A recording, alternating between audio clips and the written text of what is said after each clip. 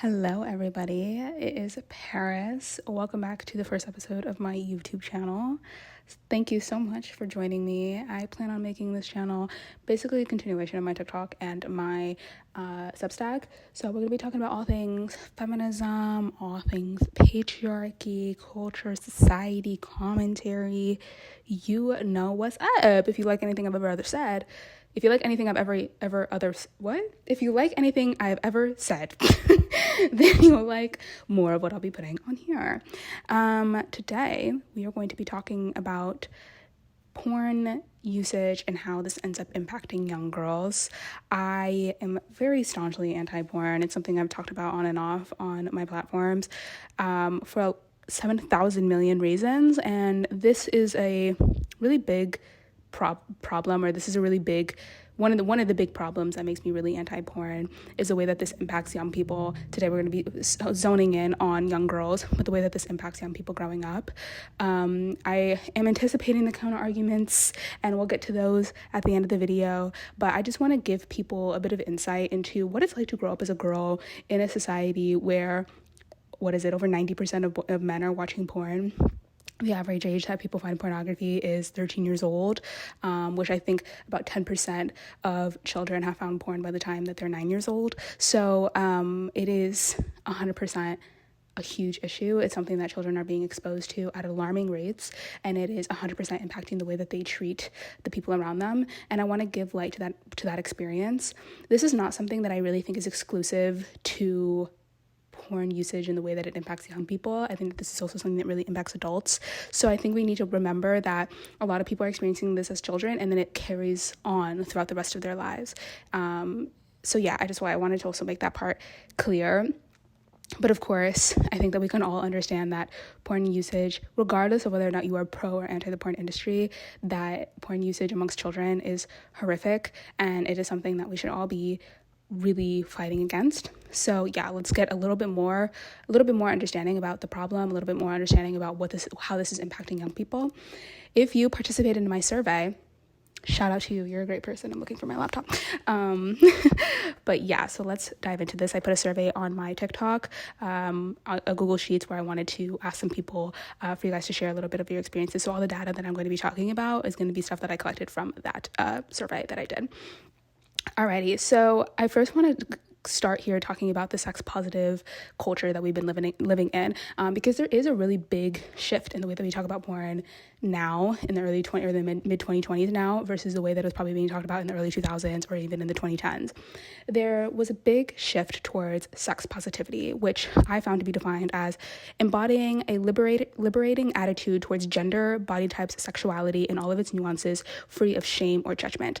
So on the surface, this sounds absolutely fantastic. Yes, let's be more accepting of people. This really compared well to the very shame-filled approach that we had towards female sexuality before then. Very puritanical, very purity culture-esque, very obsessed with sexual purity in a way that was very limiting to women. That was very, it was really still reducing us to our bodies in a way that was not helpful to our flourishing and liberation, right? So I think on the surface that this movement really arose in reaction to those ideas, and in reaction to those ideas about women, about female sexuality. So I think that this was great in theory. But one thing we have to understand is that feminism I kind of see as being a separate thing from being either like a liberal issue or a Republican issue. It's conservatives versus progressives. Like I don't really necessarily see it that black and white, because I think that this is a patriarchy issue. This is a fundamental way that our society is structured to benefit men over women. And that is something that regardless of what side of the political aisle, what country you come from, it doesn't matter. Like this is still relevant. It's been said before that basically the left has a view of women as wanting women as public property, and the right has a view of women as wanting women as private property. So the right's view of wanting women as private property is all about keeping women in the home. The barefoot, always pregnant wife. We can think about Ballerina Farm, right? What is she? She's on her 8th kid now. she has a farm. She's like, milking goats, or not goats, I'm crying, milking cows, whatever, to feed to her 7,000 children. Like very like 1950s housewife, trad wife, whatever, hyper religious. That's kind of what the right wants for women.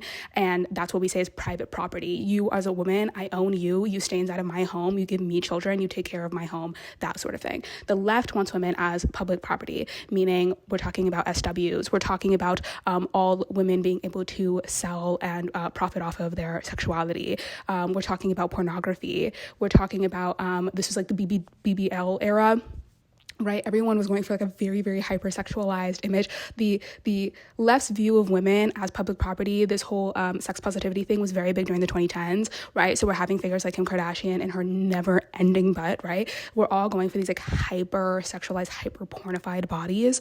It's all about every single woman existing as being a sexual object or being a sexual fantasy for like any man at any time. So this is when hookup culture became a much more of a conversation, became something that people were encouraging for women and saying that this was a really good idea for young people in general, and all of that. We're seeing a lot of sex positivity, basically.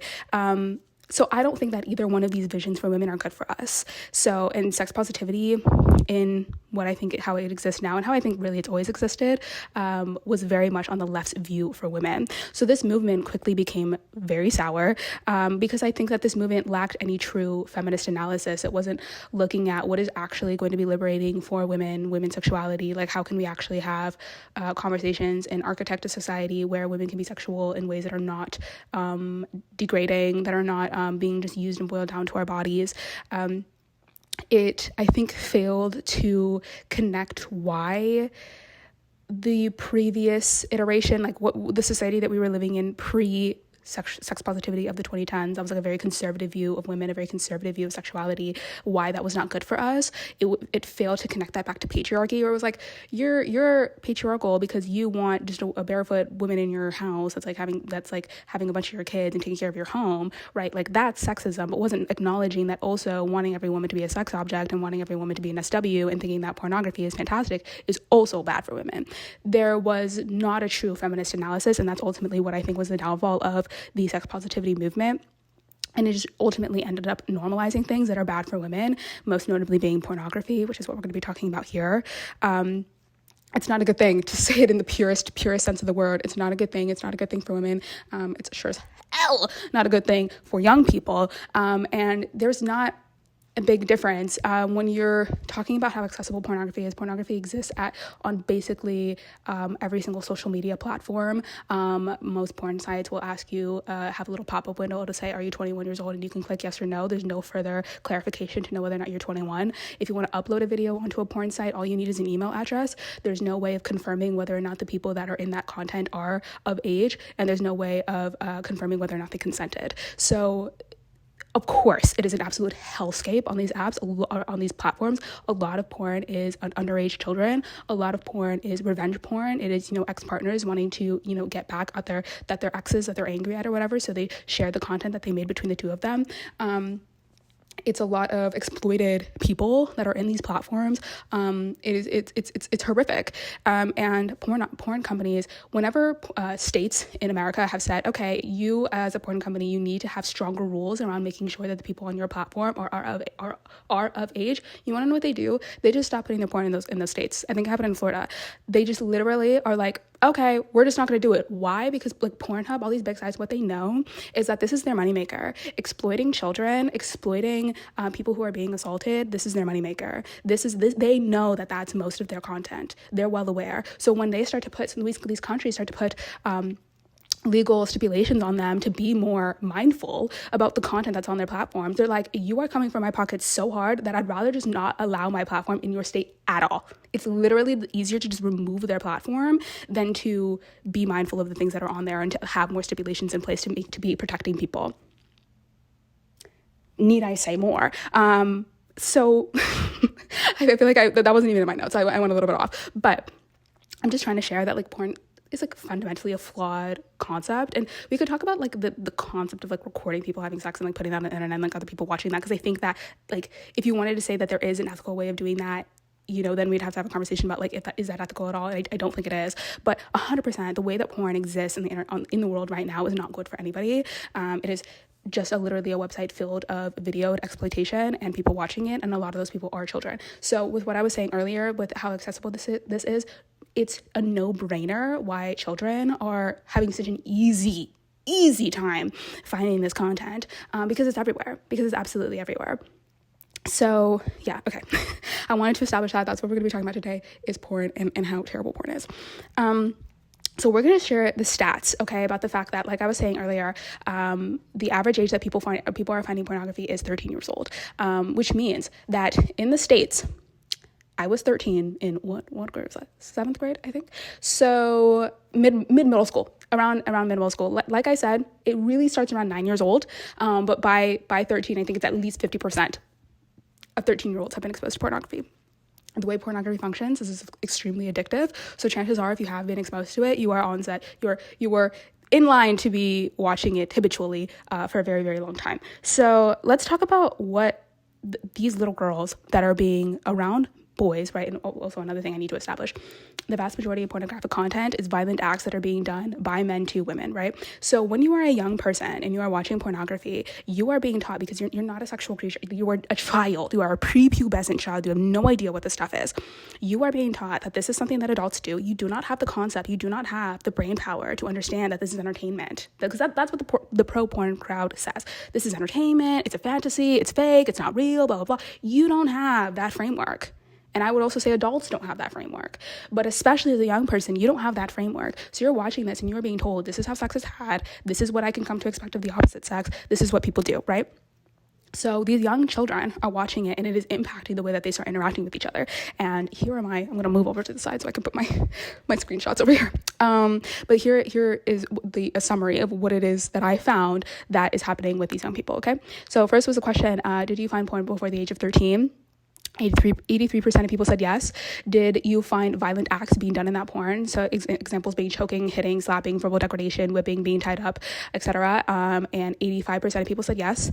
Were you ever disturbed by the porn that you watched or heard about? 90% of people said yes. Also, I targeted the survey at girls. So we're talking about 90% of girls were disturbed. Were you ever exposed to porn in school with friends? This is something that I found to be very surprising. Every single time I talked about the way that porn usage ends up impacting little boys, and I'll talk about some of the experiences that I had, I'd always have people bringing up specifically this thing of like, did anybody get exposed to porn in school? Like there's a weird I don't know, trend of that happening. So I broke this down. 46% said yes and that they didn't want to see it. 34% said yes and 19% said yes and I wanted to see it. 46% said yes and I didn't want to see it. And then 34% said no. That's a lot of people. That's over half. I need you, like, next time that you're around a middle school, next time you see a kid's dance team, well, next time you see, a little league soccer, know that half of those children are watching pornography. They're watching women get slapped and beaten and verbally degraded. Just think about that in context, right? At school, when they're literally just supposed to be reading their books, filling out their reading logs, okay, playing b-ball on court, eating pizza that's been there for 9 weeks. That's what they're supposed to be doing, and they're watching porn. Okay, enjoy this pic of my dog while I say this real quick. I feel like my tone right now sounds like I'm judging them, or like I'm saying like, oh, it's so bad that they're watching porn while in school, as if I'm like making it their fault. This is not their fault. The fact that they got exposed to this and the fact that porn is very addictive in nature and they got addicted to it is not their fault. It's the fault of the adults around them that were not taking enough precautions to make sure that this was not exposed to them. So when I'm saying like you're being around these children and you're realizing these kids are supposed to be living normal child lives and they're watching porn, that is not anything that I'm ever blaming children for. I just realized watching this back that my tone sounds a little bit like rude, like I might be like blaming the kids, but please do not get that twisted. I would never blame a child for this. This is 100% the failure of the people around them. Children are innocent and we are meant to be taking care of them, and we have absolutely failed as adults. We are not taking care of our children and making sure that they are not being exposed to adult content. So I'm never blaming the child. Just want to clear that up. When in school, did a boy ever make sexual comments or gestures when you didn't want them to? 86% said yes. Did a boy ever ask you to do something he saw in porn? 49% said yes. If yes, did you want to say no, regardless of if you did or not? 76% said yes. Most of these girls did not want to be doing what this man was being asked to do. Once again, the vast majority of what men are saying in porn is violent acts being done towards women. So chances are what they were being asked to do is for them to be willing to be the receiver of a violent sexual act. Most girls said that they did not want to say yes. This question was not, did you say yes, but did you want to say no? Most of them wanted to say no. If you date boys, do you wish they wouldn't watch porn? 90% said yes. I said, if yes, why? Got a lot of insane responses. Porn is violent, it degrades women. If he's getting off to violence against women, that's what he's conditioned himself to be attracted to, and will think is normal. They're concerned about the fact that he would think it's normal to want violent acts being done towards women. That's something that a lot of girls find to be very concerning and that they don't want in the men that they date. I feel like it consumes everything they think, do, and say. It gives them an expectation. It's disrespectful and degrading. Unrealistic and unhealthy, results in fake and bad sex in real life. It's a huge red flag. It's not necessary. Makes me feel insecure about my body and my future performances, as well as the fact that he has wandering eyes and not mature enough to just love one woman, because it make me uncomfortable. It teaches them to objectify women and desire violent acts. It'll create a bad experience if they didn't. Yeah, it's cheating. I got a lot of people saying I consider that to be cheating. Confuses screen porn with real life human being in woman form. That's a huge thing. And this is also why I think that this porn issue has become a bigger problem among Gen Z in particular. And I think it's not a coincidence that we are the most lonely generation, and then we're also the generation that's watching a ludicrous amount of porn. We have become so used to our interactions with one another happening on the internet, with sexual satisfaction happening on the internet, that it's so alien. This is also what happens with a lot of men that have porn addictions, is they'll talk about then how it impacts the way that they interact with women in real life. And they'll say, I can literally be having a real life experience with a woman, IRL, real life human body that I can see and touch and everything, and I would rather be watching something on my phone. They'd prefer the comfort of something that's on their phone, right? Those two things are 100% connected. But yeah, it makes them not know how to interact with women in real life. I got a ton of great responses on there. And I think I might just put them all in a doc or something so you guys can see and see what girls are saying about why they don't want the boys that they're dating to be watching porn. I said, for preteen age and forward, did you have any negative sexual experiences from boys that you think might have been connected to their porn usage? I didn't want to be asking people to trauma dump or anything. So I was just do you think personally that there was something that might have been connected to their porn usage? But 80% of girls said yes. Have you ever compared your body or sexual performance to porn performers? 78% said yes.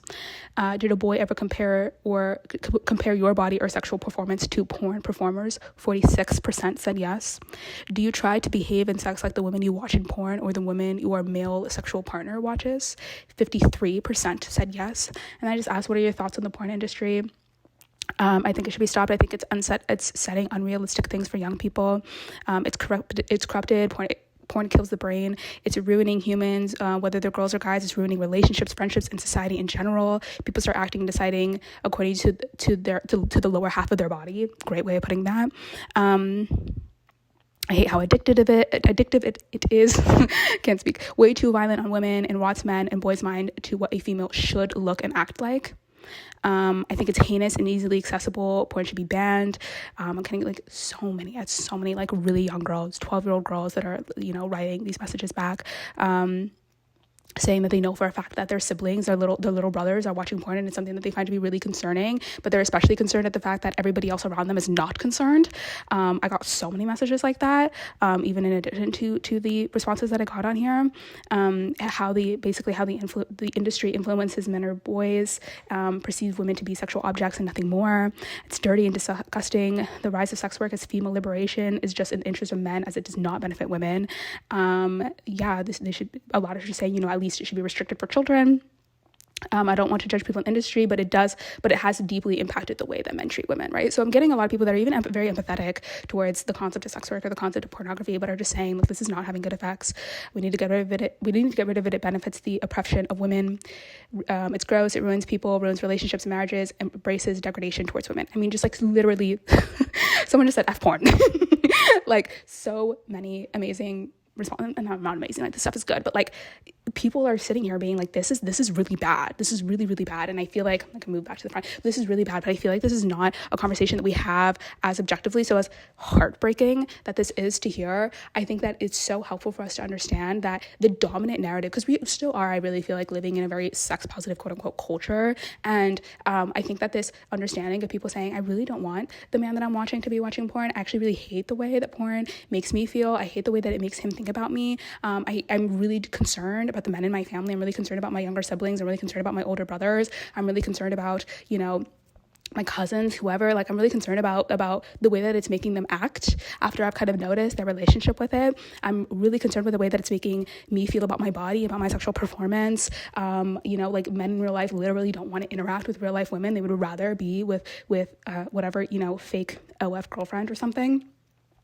Like I was really happy to get those responses, because I feel like this completely obliterates the sex positive narrative that we've been getting. And I feel like I'm just happy that I can give even 2 seconds of a platform to girls to know that like you are not alone. The feelings that you had, the vast majority, literally most of those were 50% and above, saying yes to having had these negative experiences. Obviously it's terrible, this is what we're going through, but it's step by step we can speak out and say that this is how this is making us feel and try to do something about it. So what this goes to show us, I think that the summary of all of the statistics is that boys watching porn does have a direct negative impact on the way that they treat girls. It does become their sexual expectation. It does become what it is that they want of girls. They expect girls to act like the women that they're seeing in porn. They want to create these pornified fantasies. These things do not exist as fake things in their mind. It is what they want. And even if on some level these boys are understanding that the women that they're interacting with are not porn performers and these are real girls, they are at the end of the day preferring their phone, preferring these fake performers, preferring to just spend time alone late at night in the room with them than with women in real life, which is disheartening. I mean, it's absolutely terrible. I'm always getting girls that are responding to me saying that it makes them feel so bad because they don't know how they're going to date in this culture, and they feel terrible because it's just like, I mean, what do you do? These girls do not like being asked to do these sexually aggressive porn acts that these men want, and are really, really unhappy with the impact that this porn usage is having on the boys that they're interacting with in real life. This content does work to inform people on how to have sex, and I think that that's the problem, is that a lot of people like to act like this stuff is just like purely fantasy and it like will not have an impact on the way that you operate in real life. It is having an impact. First of all, children are watching this before they have like any cognitive thinking skills. So of course it's going to impact them because they don't know what they're thinking. And this stuff is so impactful on their brains, so impactful. Like it seeps in because their brains are so malleable. They're children. They have no idea what's going on. And it also impacts adults, because if you are always exposing yourself to this material, this does become your expectation, and it becomes the only way that you come to understand sex, the only way that you come to enjoy sex is through this framework, which is clearly, for 1,000,001 reasons, terrible for yourself, for your partners, for the world. And I just really wanted to stress that. And then boys come to expect girls to be willing participants in their porn-induced sexual fantasies, which you should never have an expectation just because I watch something on the internet and I like what it is I'm watching, that the people that I meet in real life are going to want to do what I watch on the internet, that they don't even know the exact videos that it is that I'm watching. It completely gives boys this sort of sexual entitlement, that the girls that they meet in real life should be wanting to do what it is that they're watching on their phone. So these findings are not exclusive to children. Porn consumption has the same impact on adults. Adults are also going through these exact same issues. Okay, apologies for the change in quality. My camera just overheated, so I have to switch to my phone, but it's fine because I was at the tail end of this anyway. But yeah, I did just want to also stress the fact that I think it's very easy to look at the things that we're talking about and say, oh, well, the issue here is not porn within itself or even the porn industry. The issue is the fact that it is accessible to children. But I think we have to understand that while, of course, at the end of the day, if somebody has to be watching porn, I'd obviously rather it be adults. Like it is completely, I think that that's one thing that me and even other people who feel very differently about the porn industry like have in common, is that we both understand that this is absolutely disgusting and terrible and a violation of like human dignity and safeguarding and everything, that children are having access to this content. But we also have to understand that the findings that, like, first of all, the fact that people are finding it young, it is impacting how they operate as adults. But we also have to understand that on some level it is like a trickle-down effect. So basically adults are having sex with each other. They're having the standard, the sexual standard, the sexual ethics standard, basically, and they're creating content around that. Like, people were having sex before porn was a thing, right? So like the porn is a reflection of what people want in real life, like what people are desiring, what fantasies or whatever they decided that they wanted to play out and put on video, and then it becomes a thing and it exists in the world. So it is a trickle down effect. It is what adults want, and then they make content about it, and then children happen to find it. So we need to be, this is not something that is not an issue among adults, because if adults like on their own volition would have like no interest or no conversation about these violent sexual acts, then the content about it would have never been made. So it is, at the end of the day, we have to be looking at each other and we have to be looking at ourselves, because if you want, you can say like, okay, well, if an adult wants to have a sexual act and then another adult consents to it, then okay, then that within itself is fine. I would obviously still have a lot of pushback towards that, because I don't think, we have to be very honest about it with each other about this, about the fact that most of these violent sexual acts are being done towards women, and the fact that we live in a patriarchal society that does not respect women, does not give women our dignity, and then also wants to be violent and degrading towards us during an intimate act. I don't think that those things are coincidence. These things do go together, and that's like fundamentally, that's like really the foundation, the crux of my issue with porn, with BDSM, with kink, with whatever, with these violent sexual acts, is just the fact that it all rides on the back of misogyny, all rides on the back of patriarchy. So yeah, I think that like we have to be looking at each other as adults. We have to be looking at patriarchy. We have to be looking at what even created this content in the first place. Who had this fantasy that decided, or this fantasy, this desire, or whatever, or was doing this act in real life of violent sexual acts being done towards women, and then decided to video that and put that on the internet. So yeah, I don't think that as adults we're exempt from this conversation. I don't think that any of the stats that I shared are something that are not applicable to adults. Obviously this video is about how this impacts young people, so that's why I'm just kind of making this like a smaller conversation at the end. But we have to understand that we're all what's the word? I was about to say all responsible. Obviously we're not all responsible, but this is something that like children just come into the world and they're innocent people, and they don't have control over what it is that happens to them, and they don't have control over what it is that they wind up being exposed to. So as adults, we have to have conversations with each other about what is the content, what is the way that we have built our society, what is the sexual ethics that we have created, what is the sort of the product of that, and then how are children being exposed to that, and how is it impacting them. Like those are the understandings that we need to have with each other, because if this content was never been made, then children would have never found it, and it's not good for them, and it's not good for us. Like just anyway. Yeah, this comes out of our sexual ethics, so we really need to have some. I don't think that we have any sexual ethics, if I'm honest. I don't think that we have an ethical way of approaching sex and intimacy, women, each other, whatever. I think that we operate in such a binary way of, like I said in the beginning, it's either the rights way, where we're going to talk about women as private property, and we're going to kind of go in this like hyper reserved, hyper conservative, like literally leading to like polygamy and like men having 20 wives and FGM and all of these terrible things being done towards girls because we're like so repressed. Or we're going to go into this overindulgence and this sort of the left view for women. We're going to have women exist as public property, and then every single woman now is being subjected to this sort of having to think about yourself and relate to yourself as a hypersexual creature, which no woman wants to think about themselves like that. So and I mean, before you say, well, I want to, but I mean this in the sense of thinking of yourself as a hypersexual creature that exists for the usage of men, just like all over. Like even if obviously women are sexual creatures, but chances are you would like to be able to have those interactions with people you know in real life and have like an established trusting relationship with. So yeah, so many things that can be said about this.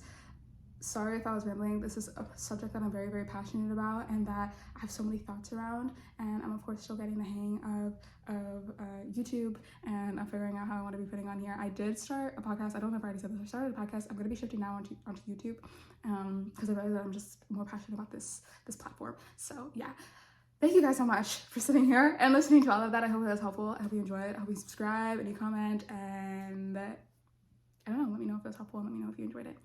Thank you guys so much, and tune in next week for another video. And also, suggest to me anything it is that you guys want to see. I would love to be making stuff that you guys are interested in, of course.